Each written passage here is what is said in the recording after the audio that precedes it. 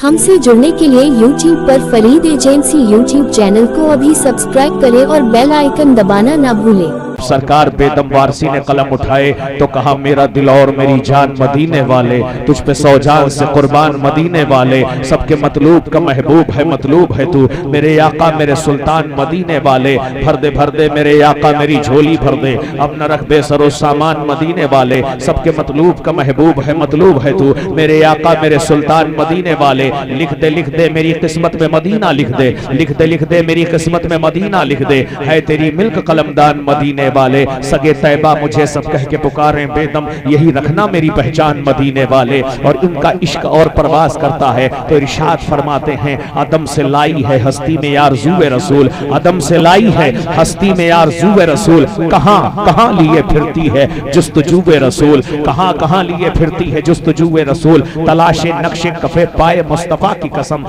तलाशे नक्शे कफे पाए मुस्तफा की कसम, चुने हैं आंखों से जर्रात खाके कुबे रसूल, चुने हैं आंखों से जर्रात खाके कुबे रसूल, शगुफ्ता गुलशने ज़हरा का हर गुलेतर है, किसी में रंगे अली और किसी में रूए रसूल, अजब तमाशा हो अजब तमाशा हो अजब तमाशा हो अजब तमाशा हो मैदान हश्र में बेदम, अजब तमाशा हो मैदान हश्र में बेदम, कि सब हो पेशे खुदा और मैं रूबरूए रसूल, कि सब हो पेशे खुदा और मैं रूबरूए रसूल। और फिर इरशाद फरमाते हैं क्या पूछते हो गर्मीए बाजारे मुस्तफा, क्या पूछते हो गर्मीए बाजारे मुस्तफा, खुद बिक रहे हैं या के खरीदारे मुस्तफा, अरे फैला हुआ है चारों तरफ दामने निगाह और लुट रही है दौलते दीदारे मुस्तफा, बेदम ना आऊं जाके दयारे रसूल से, बेदम ना आऊं जाके दयारे रसूल से, तुरबत हो तेरे साये दीवारे मुस्तफा। और जब इश्क और परवान चढ़ा तो इरशाद फरमाते हैं सारे आलम में मोहब्बत की घटा छाई है, सारे आलम में मोहब्बत की घटा छाई है, आप आए तो जमाने में बहार आई है, मरने वाले की खुली आंखें खुली रहने दो, वो नजर जलवाए आका की तमन्नाई है, बन के खुशबू जो मेरे दिल में उतर आई है, बन के खुशबू जो मेरे दिल में उतर आई है, वो तेरी याद है अब रूह समझ पाई है, वो तेरी याद है अब रूह समझ पाई है, वो तेरी याद है अब रूह समझ पाई है, सारी दुनिया की निगाहों से गिरा है बेदम, तब कहीं जाके तेरे दिल में जगह पाई है। और जब शेख शादी शिराजी जमीन पर आए तो कहा या रसूल अल्लाह या हबीब अल्लाह या नबी अल्लाह, बलगल औला बे कमाल ही कशफत तुजा बे जमाल ही हसनत जमियों खिसाल ही, इतना कहा कलम रुक गया, कह तो दिया बलगल औला बे कमाल ही कशफत तुजा बे जमाल ही हसनत जमियों खिसाल ही, कलम रुक गया, कलम हरकत नहीं कर रहा है। अल्लाह अल्लाह, रात ख्वाब में सोते हैं, मुस्तफा जाने रहमत का दीदार होता है, शफीउल उम्मत का दीदार होता है, इमामुल अंबिया का दीदार होता है, जाने जाना का दीदार होता है, ताहा व यासीन का दीदार होता है, जाने आलमीन का दीदार होता है,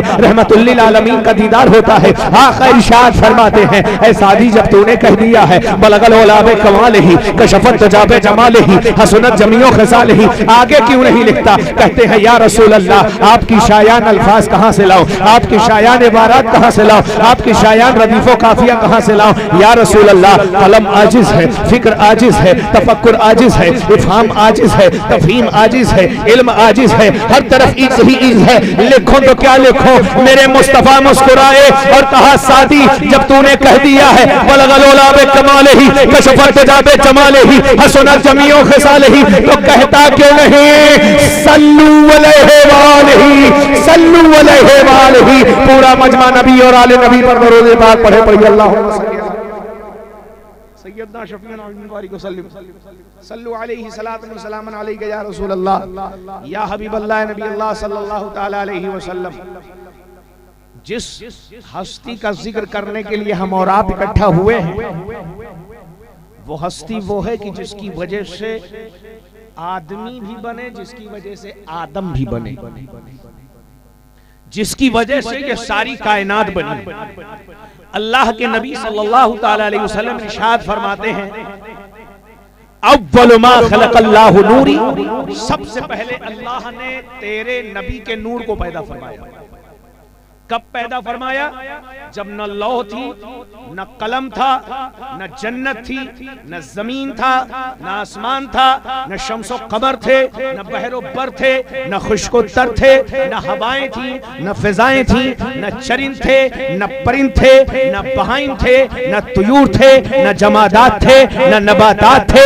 कायनात की कोई शय जब मारिज़े वजूद में ना आई थी तो नूरे मुस्तफा चमक रहा। एक मर्तबा अल्लाह के रसूल सल्लल्लाहु अलैहि वसल्लम ने जिब्रील अमीन से पूछा कि जिब्रील ये बताओ तुम्हारी उम्र कितनी है? क्या या रसूलल्लाह मैंने काउंट तो नहीं किया है, शुमार तो नहीं किया है, कैलकुलेशन तो नहीं किया है, मगर या रसूल अल्लाह अल्लाह ने जब मुझे तख्लीक फरमाया तो मैंने देखा कि अर्शे आजम पर एक सितारा चमक रहा है। मचल के बोलते हैं सुभान अल्लाह। अर्शे आजम पे एक सितारा चमक रहा है। या रसूल अल्लाह 70,000 साल के बाद वो सितारा चमकता था। कितने साल के बाद? 70,000। गिनती को याद रखिएगा, क्योंकि अल्लाह के नबी सल्लल्लाहु अलैहि वसल्लम ने इरशाद फरमाया मेरी उम्मत की एवरेज उम्र जो होगी वो 60 से 70 साल होगी। 60 से 70 साल एवरेज उम्र है। कोई 80 चला जाए, 90, 100 तक चला जाए, वो एक अलग मसला है। एवरेज उम्र यानी तकरीबन उम्र 60 से 70 साल होगी। यानी इसी 70 साल में हम और आपने दुनिया के कितने रंग देख लिए? बचपन से जवान हुआ, जवान से बूढ़ा हुआ, पहले बेटा था, फिर बाप बना, दादा बना, नाना बना, मामू बना, चाचा बना, खालू बना, फूफा बना, कितने रिश्तों के रंग देख लिए इसी 60 से 70 सालों में।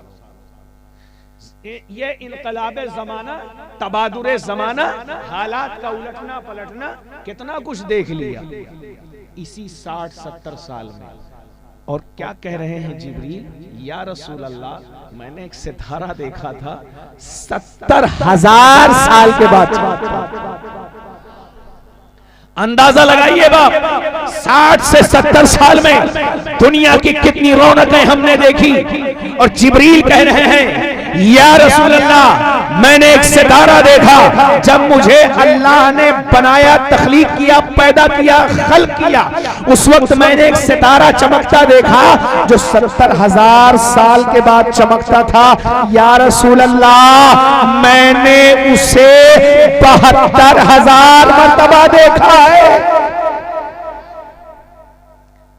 अल्लाह के रसूल फरमाते हैं वल्लज़ी नफ्सी बियदिही अना ज़ालिकल कौकब, कसम है उस ज़ात की जिसके कब्ज़े कुदरत में मुझ मोहम्मद की जान है, वो सितारा कोई और नहीं, मैं सितारा मोहम्मद रसूलुल्लाह था। वो सितारा कोई और नहीं था, मोहम्मद रसूलुल्लाह थे। जिस आयत करीमा की तिलावत से खुद को मुशर्रफ किया है, अल्लाह रब्बुल इज्जत इरशाद फरमाता है ऐ लोगो अल्लाह से डरो, रब्बकुमुल्लज़ी खलक़कुम मिन नफ्सिन वाहिदा, उस रब से जिसने तुम्हें एक जान से पैदा किया। कितने से? एक जान से पैदा किया, और उसी से उसकी जोड़े को पैदा फरमाया, और फिर उससे कसीर मर्दों और औरतों की तख्लीक फरमाई।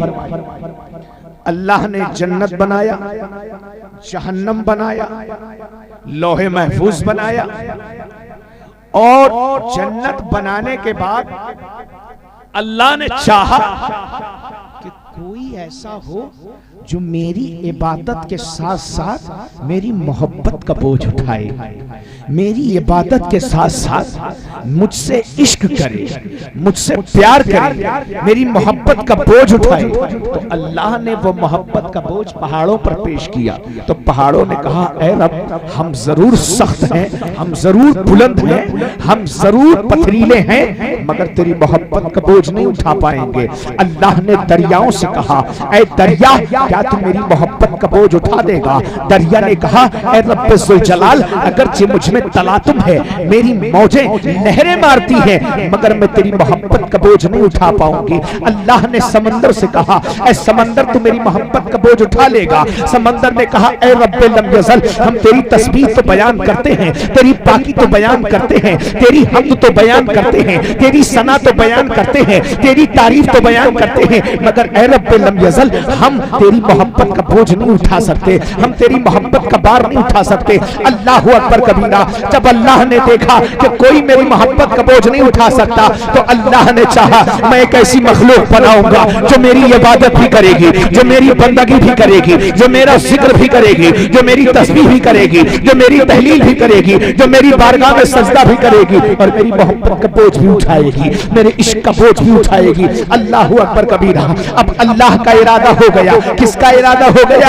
एक ऐसी मखलूक बनाने का जो रब की मोहब्बत का बोझ बर्दाश्त कर सके, जो रब की मोहब्बत का बार बर्दाश्त कर सके। अल्लाह अकबर कबीरा। व इज़ क़ाल रब्बुका लिल मलाइकति इन्नी जाइलुन फिल अर्दि खलीफा क़ालू अतजअलु फ़ीहा मन युफ़सिदु फ़ीहा व यस्फ़िकु दिमाअ व नहनु नुसब्बिहु बिहम्दिका व नुक़द्दिसु लका क़ाल इन्नी अअलमु मा ला तअलमून। अल्लाह अकबर कबीरा। अल्लाह ने फरिश्तों से कहा, ऐ मेरे फरिश्तों, मैं एक इंसान बनाने जा रहा हूँ, मैं एक इंसान तख्लीक करने जा रहा हूँ जो मेरी मोहब्बत का बोझ उठाएगा। फरिश्ते पुकार उठे, कालू या रसूल, ऐ मेरे परवरदिगार, क्या हम तेरी तस्बीह के लिए काफी नहीं है? क्या हम तेरी बंदगी के लिए काफी नहीं है? क्या हम तेरी इबादत के लिए काफी नहीं है? क्या हम तेरी रियासत के लिए काफी नहीं है? अल्लाह अकबर कबीरा। ऐ रब, क्या तू ऐसे को? फिर अल्लाह ने फरमाया कि सिर्फ बनाने ही नहीं जा रहा हूँ, बल्कि अपना खलीफा भी बनाऊंगा। सुभान अल्लाह।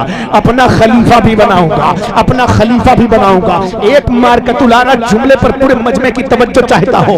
कोई किसी का खलीफा होता है, कोई किसी का जानशीन होता है, कोई किसी का वाइस होता है, तो पता क्या चलता है कि उसके अंदर उसकी सिफतें हैं जिसका वो खलीफा है, उसके अंदर उसकी सिफतें हैं जिसका वो नायब है, उसके अंदर उसकी सिफतें हैं जिसका वो जानशीन बनकर बैठा है। अब अल्लाह कह रहा है, व इज़ क़ाल रब्बुका लिल मलाइकति इन्नी जाइलुन फिल अर्दि खलीफा। अल्लाह ने फरिश्तों से ऐलान कर दिया है, ऐ मेरे फरिश्तों, जमीन पर अपना खलीफा बनाने वाला हो। तो क्या मतलब है? अगर अल्लाह इंसान को अपना खलीफा बनाने जा रहा है तो जरूर उसके अंदर कुछ सिफतें भी दी होंगी, जरूर उसके अंदर कुछ क्वालिटियां भी दी होंगी, जरूर उसके अंदर कुछ खूबियां भी दी होंगी कि उसे अपना खलीफा बनाने जा रहा है।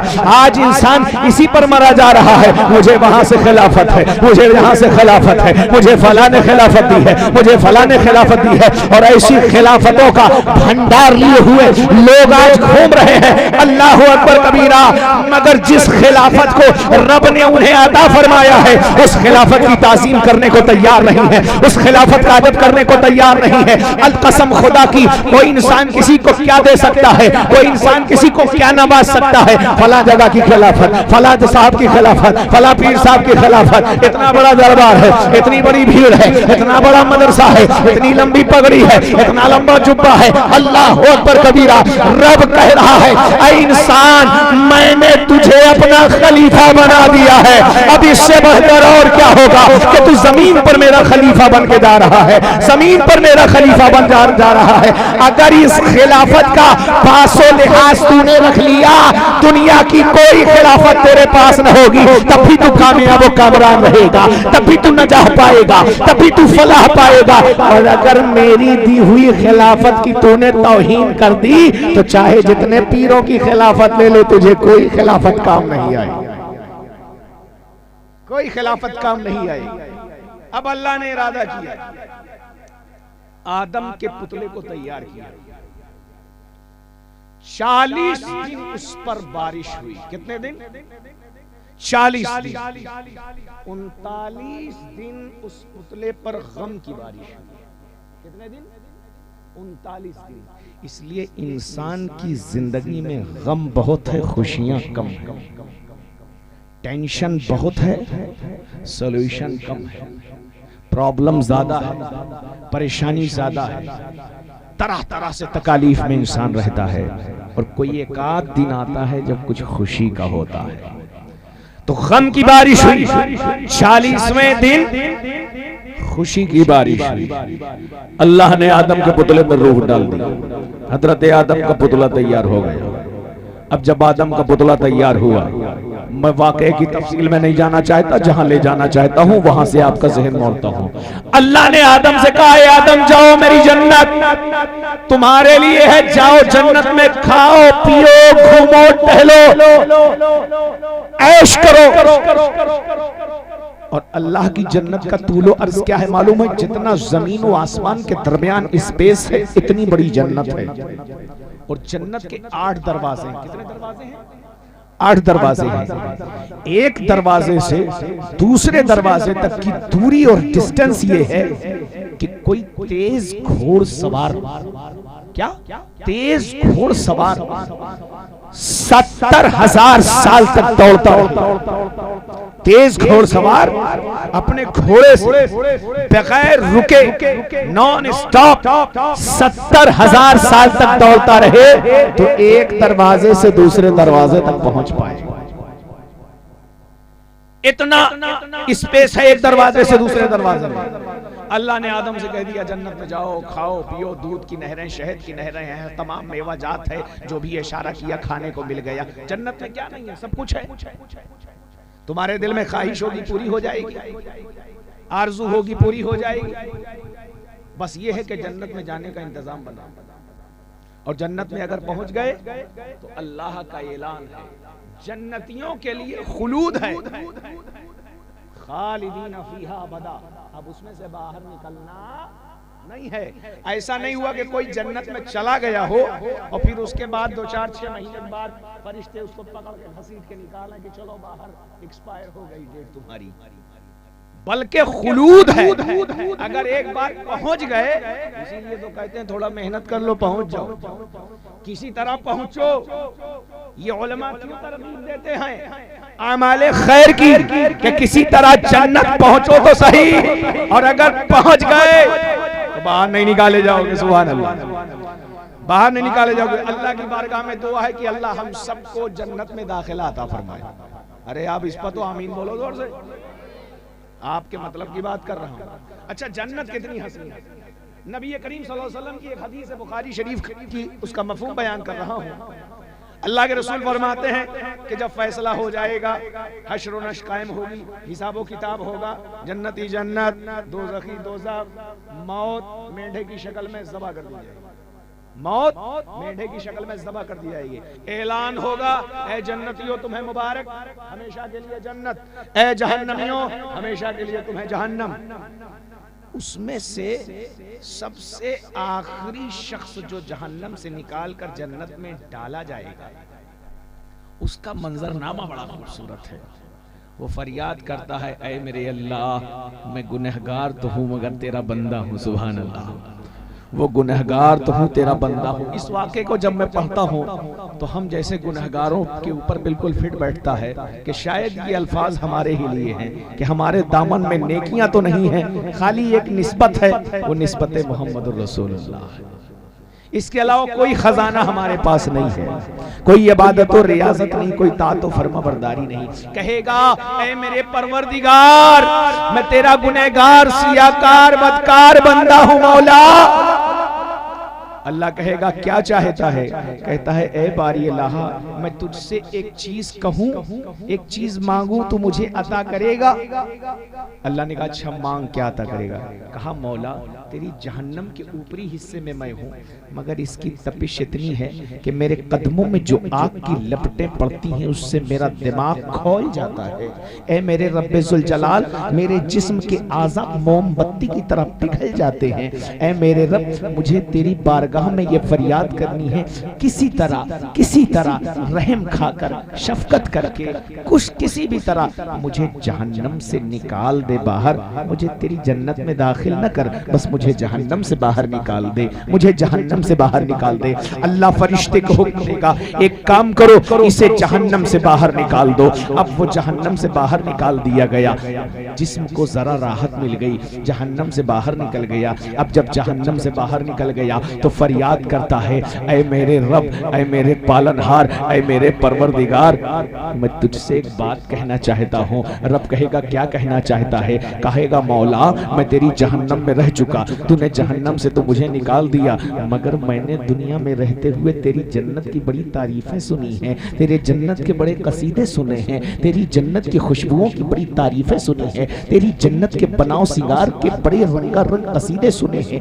ऐ मेरे मौला, मेरी ख्वाहिश ये है, मुझे जन्नत में न भेज, मुझे जन्नत में न डाल, मगर मुझे जन्नत के दरवाजे तक पहुंचा दे, ताकि मुझे जन्नत की खुशबू मिल सके, ताकि मुझे जन्नत की खुशबू मिल सके। अल्लाह रब्बुल इज्जत फरिश्तों से कहेगा, देखो ये कहता है कि जन्नत के दरवाजे पर पहुंचा दो, लेकिन अल्लाह कहता अब फिर तो कुछ नहीं मांगेगा। कहा नहीं नहीं मौला, अब कुछ न मांगूंगा, बस मुझे जन्नत के दरवाजे तक पहुंचा दे। फरिश्ते उसे उठाकर जन्नत के दरवाजे तक पहुंचा देंगे। अब जब वो जन्नत के दरवाजे तक पहुंचेगा, देखेगा जन्नती जन्नत में घूम रहे हैं, जन्नत की खुशबुएं आ रही हैं, जन्नत के मेवे खाए जा रहे हैं, हुरो खिलवान से खिदमतें ली जा रही हैं। अब जब जन्नत को देखेगा तो इसका दिल बेकरार होगा, कहेगा मौला तुझसे एक बात कहना चाहता हूँ। अल्लाह फरमाएगा, तूने कहा जहन्नम से निकाल दो, मैंने जहन्नम से निकाल दिया, तूने कहा जन्नत के दरवाजे पर पहुंचा दो, मैंने जन्नत के दरवाजे पर पहुंचा दिया, अब क्या चाहता है? कहेगा मौला एक सवाल है मेरा एक सवाल है। अल्लाह कहेगा क्या सवाल है? कहेगा मौला अगर तेरी जन्नत में कोई आ जाए तो क्या तेरी जन्नत कम हो जाएगी? क्या तेरी जन्नत घट जाएगी? क्या तेरी जन्नत के मेवे खत्म हो जाएंगे? क्या तेरी जन्नत की नेमतें खत्म हो जाएंगी? अल्लाह कहेगा नहीं नहीं, मेरी जन्नत की नेमतें कभी खत्म नहीं हो सकती, मेरी जन्नत की वुसात कभी खत्म नहीं हो सकती, मेरी जन्नत की जमीन कभी कम नहीं हो सकती। तो कहेगा ऐ मेरे मौला, ऐ बारी अल्लाह, मुझे अगर जन्नत में तू दाखिल कर देगा तो तेरा क्या बिगड़ जाएगा? अगर तू मुझे जन्नत पहुंचा देगा तो तेरी जन्नत में क्या कमी आ जाएगी? अल्लाह फरमाएगा फरिश्तों इसे उठाओ और इसे जन्नत के दरवाजे से अंदर दाखिल कर दो।